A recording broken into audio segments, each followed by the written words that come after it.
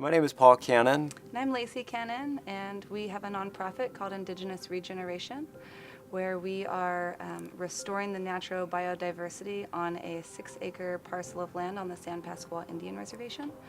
It'll be a facility where we'll be teaching Native youth on regenerative living concepts, organic farming, primitive survival skills. So with this project, we really just want to teach the kids, what they're saying is that the new way of farming is really the old way. And so looking back to my indigenous roots that are to this reservation and using some of those practices that we've used for thousands of years, just reincorporating them, taking them to a larger scale, allowing kids to grow their own medicine, grow their own food, and the principles of what sustainable living means and what it means to truly be sovereign with our food. And Matayum, it serves as a space to really connect people back to the land. So each installation at Matayum serves a very specific purpose to be able to achieve that and educate through the process, as well as really create a space that feels like you're stepping back into time, but you're also very much so inspired into the future of taking your cultural roots. Some of the goals of Indigenous Regeneration, our long-term goals are really food sovereignty for all tribes and intertribal connectivity. So one of the ways that we feel that we can do this is through the way that we're setting up Matayum to become a space where we can train up a job corps to be able to use forward-thinking, ecologically solution-based building methods for ecodomes. Something that we're looking at that we're very interested in is super adobe domes, where they're built from sandbags and the price points are $1 a square foot.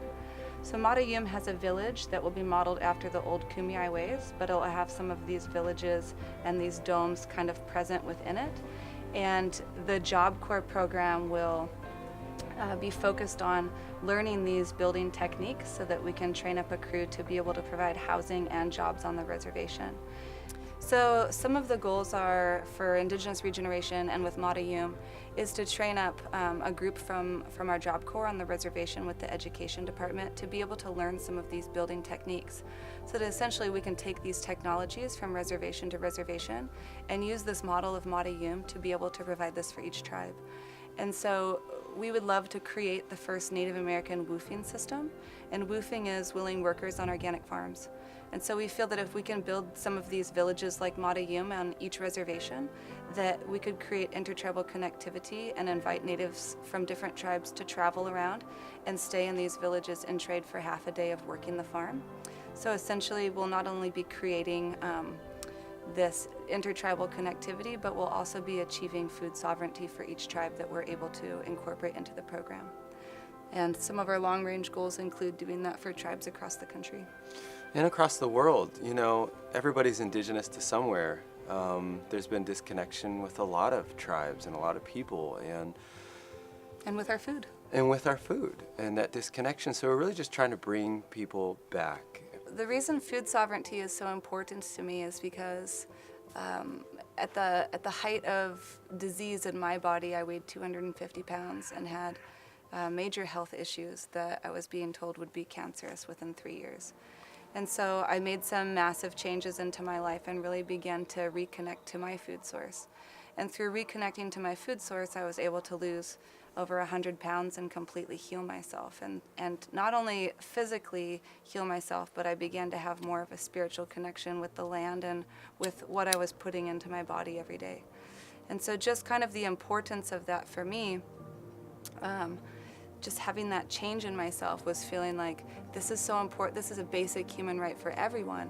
And mass media has really poisoned our society, and the food systems are definitely poisoning our society. And so how can we create something that can reverse that damage and put the power back into the people's hands and really inspire people to be connected to their food and to be able to heal themselves with what they're eating? So my personal story with food sovereignty started with depression. I struggled with alcoholism, addiction, and a lot of that came from sugar at an early age. I was exposed to high amounts of sugar and processed flours and food. And In the later years, I looked to stimulants, and I found them in drugs and alcohol and sex and other things that were abusive to my body and to the world around me. And so once I started looking at what I was putting in my body, what I was eating, it kind of changed my perspective. It gave me more power, it gave me more direction, with feeling that the more I go to the source, the more I go to the root, the more I realize, oh, I don't need that. I don't need the toxicity. I don't need the toxins in my body. And I was able to heal myself, and I was able to get on a path, and I had an awakening, and I was able to get to a point where I see that this is a human right, that we have the right to indulge. We have the right to take whatever we need from this earth, and sometimes that we all have our vices. But we also have the right to be educated properly about, and we also have the right to have a connection to our food source. We also have a right to have a connection to our water and to each other. And through mass media and marketing and through our own desires as a civilization, we've led ourselves into a very narrow way of thinking and living that isn't really serving us long term. It's causing more dis-ease than it's causing healing. And so with this project and with our organization, we really want to shine the light on the educational aspect of just making the connection to food, medicine, water, healing.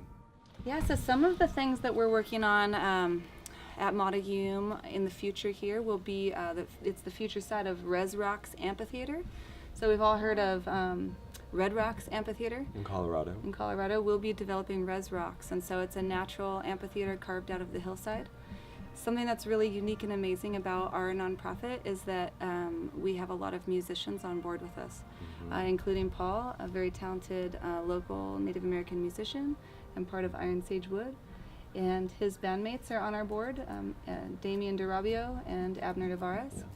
And another one of our board members is Nako Bear, who's a world-renowned musician and also a Native American. Activist as well. In which we all use our art for good causes. So a lot of our educational installations are paired as community events that incorporate music, food, culture, and all of the principles that we're talking about. And so Res Rocks will be home to many future fun concerts, educational movie nights, workshops, seminars. Yeah. Demonstrations, presentations, yeah. Some of our other installations will include an aquaponics station where we'll be growing fish to be included in a free CSA food program for the tribe. We have a 2.5 acre food forest that's going in so that we'll have year-round food for the CSA program. So essentially we'll be shooting at first to feed 190 tribal members and eventually expanding to 1,200 tribal members and lineals, providing food boxes each week for people to have for free. Yes, so Mata-Yume, Mata-Yume definitely has a lot of opportunity for some amazing volunteer work. And something else that Indigenous Regeneration is doing outside of Mata-Yume is that we are going to be restoring a biodiversity corridor between multiple plots of land on the reservation. So through the USDA and the NRCS, we are planting thousands of native species throughout the San Pasqual Reservation to kind of connect these areas to encourage migratory species and natural pollination and colonization of the species within those areas. And really just kind of in that sense, those practices are a way that we're combating global climate change and what's taking place within this region.